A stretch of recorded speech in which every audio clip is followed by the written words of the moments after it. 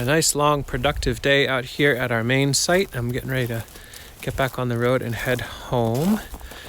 But I thought I would make an update video on some of the work we've been doing. Juan and I clocked in the last bit of hours we needed to finish the cut of the trees. I talked about it in another video. I'll explain in more detail. So I wanted to share where that is and then talk about the pond. It's starting to have some question marks and issues, and so we're doing some experiments around that. So stick around. Before I forget, real quick side note is thank you all who joined us for our live question and answer session the other evening. That was fun for us, and we definitely plan to do more of those, and we'll let people know a little further in advance next time. But as we get a little colder here, a little snowier, overcast kind of days, it makes sense to try to do a bit more community building and connection. So we look forward to doing that more. Thanks again for being part of that. This is the area that in a video recently I talked about opening this up to hold the potential of being a new orchard direction. The existing canopy that was in here, that still is a tiny bit, but is mainly thinned out, was larch and spruce. And so we cut down, I think it was around 12 or so trees. We don't have any more that we're planning to cut now. You can see the stumps of a few more that came down since the last video. There's now a tremendous amount of poles that are set aside. Some we might do some informal milling with a chainsaw to make some halves out of them, or quarters.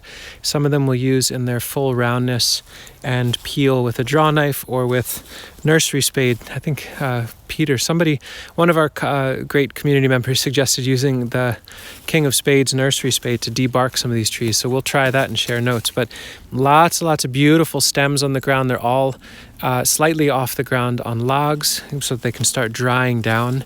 So a lot of good resources in here now, and you can see the brush wall around the boundary has been laid up thick enough that it's quite solid. Like, you really can't see the road from here. And that's looking out to the east towards the road, and then it rounds the corner and is the north wall over there. And so there's more privacy for our neighbor, more privacy for us from the neighbor, and a tremendous amount more light in here. Here I'm standing on the north end of this opening. You can see there's this one larch in front of me we left. I believe this is a dead tree. I'm not sure. We'll give it a chance to leaf out in the spring. If it's dead, that's kind of neat because it's a great perch for birds. And if it's alive, well, it's going to have a extreme boost in growth now that it has so much more light.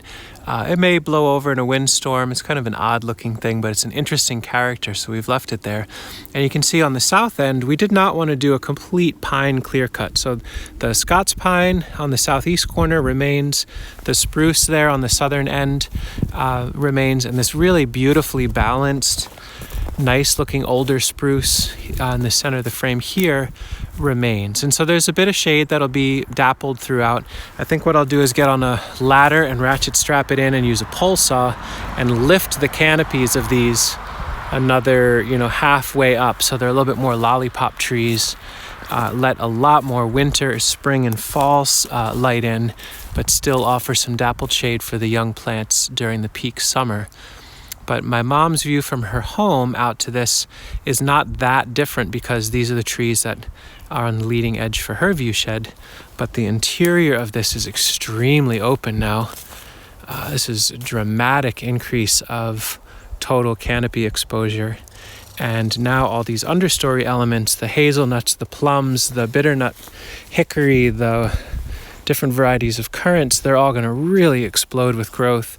And we have the option now of filling in around these stumps with tons of apples and pears and peaches. We'll share more about that when we get there. It's nice to have that clearing project done. There's no more felling work in that glade to be done. Even though I'd call it a clear cut, it really does not feel like we denuded the landscape. Behind me here is that opening, and it still has a fair bit of species diversity and structure and form. It's not a bare landscape at all, and we don't need to till in there. So sure, it was a disturbance event, but I don't think it was too destructive. I'm excited to see how that evolves, and we'll share how it does. Let's take a look at the pond.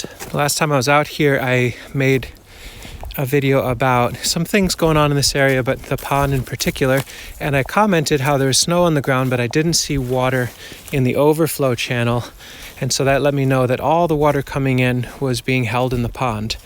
Well, that has changed. There's water in here now, which is telling me there's definitely, and it's melted water, and we're below freezing, so it's water that's coming out from the ground. And you can see this whole channel has some water. It's not running, it's not, blasting through, but it's there. And if I follow this up, we get to an interesting conundrum or question that is revealing itself. So pardon my wibble and wobble. And basically this follows up, gets a little bit less here, and then it really gets watery right around here. And then this is the berm for the pond. You can see the water level is quite high now. It's within about 1.5 feet of the highest point it could be on the berm. And there is water leaking out in a profound way somewhere in here that we need to address. When I looked at this pond this morning, there was snow on most of it, and there was a really interesting pattern of extra snow right over in this spot. Some movement of water had been happening right around here.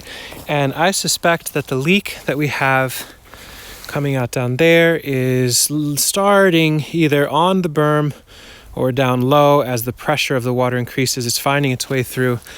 The rather unfortunate design direction that I took, which was, let's just leave more trees. I probably should have cleared more trees and taken their root systems out, but this Scots pine here felt nice. I thought I could reinforce the berm enough on the inside of the pond to not have to worry about any penetrations from the roots allowing leaking, but I suspect that's what's happening. I'd love to get feedback from folks, but what we went ahead and did is Juan got a bag of sodium bentonite clay. It's a pond sealing, super expanding clay. And I cracked the ice. You can see where I did that with the shovel.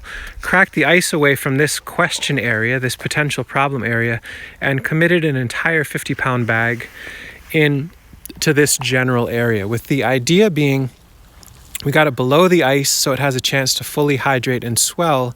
And then if there is, or almost certainly where there is, a leak that's being drawn through the berm, it can now be getting packed and filled and hopefully plugged with a bunch of sodium bentonite.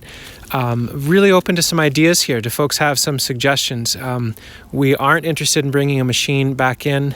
We do have, if I take a step away here, we do have some wiggle room to harvest a bit of soil from this part of the berm.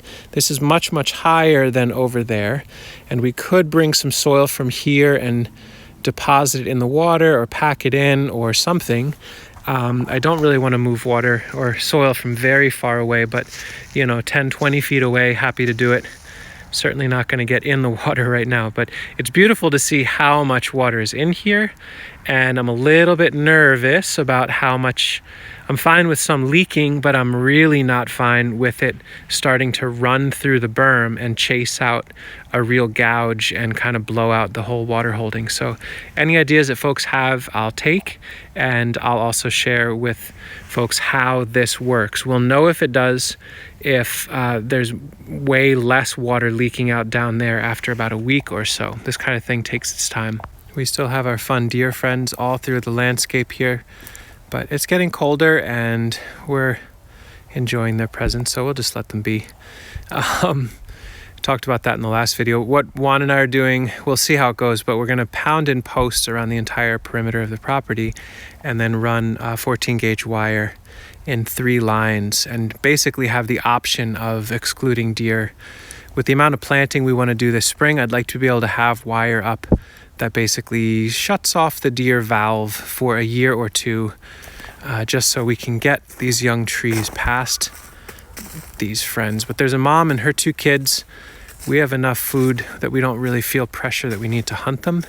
They have a really nice quality of life here, and I'm excited about that.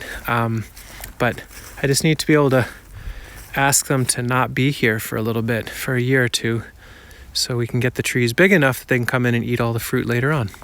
That's my update for now. I'm going to head inside and share a mug of mint tea with my mom, and then get on the road to head back home. And soon, I think tomorrow, I'm going to go visit my dear friend Eric Schellenberg out in the Hudson Valley. If we have some time, maybe I'll make some videos about what his property is up to. I'll link to his YouTube channel if you're interested. Black Creek Farm and Nursery is a pretty rad project that they're up to out that way. So it's gonna be nice to get away from the farm for a few days. I don't really do that much, but in the middle of the winter I can, and so I shall. And we'll make some more videos. We'll do another live session when time allows, probably within a week or two. So keep your eyes out for that. Hope you all are doing well, and we'll talk again soon. Take care.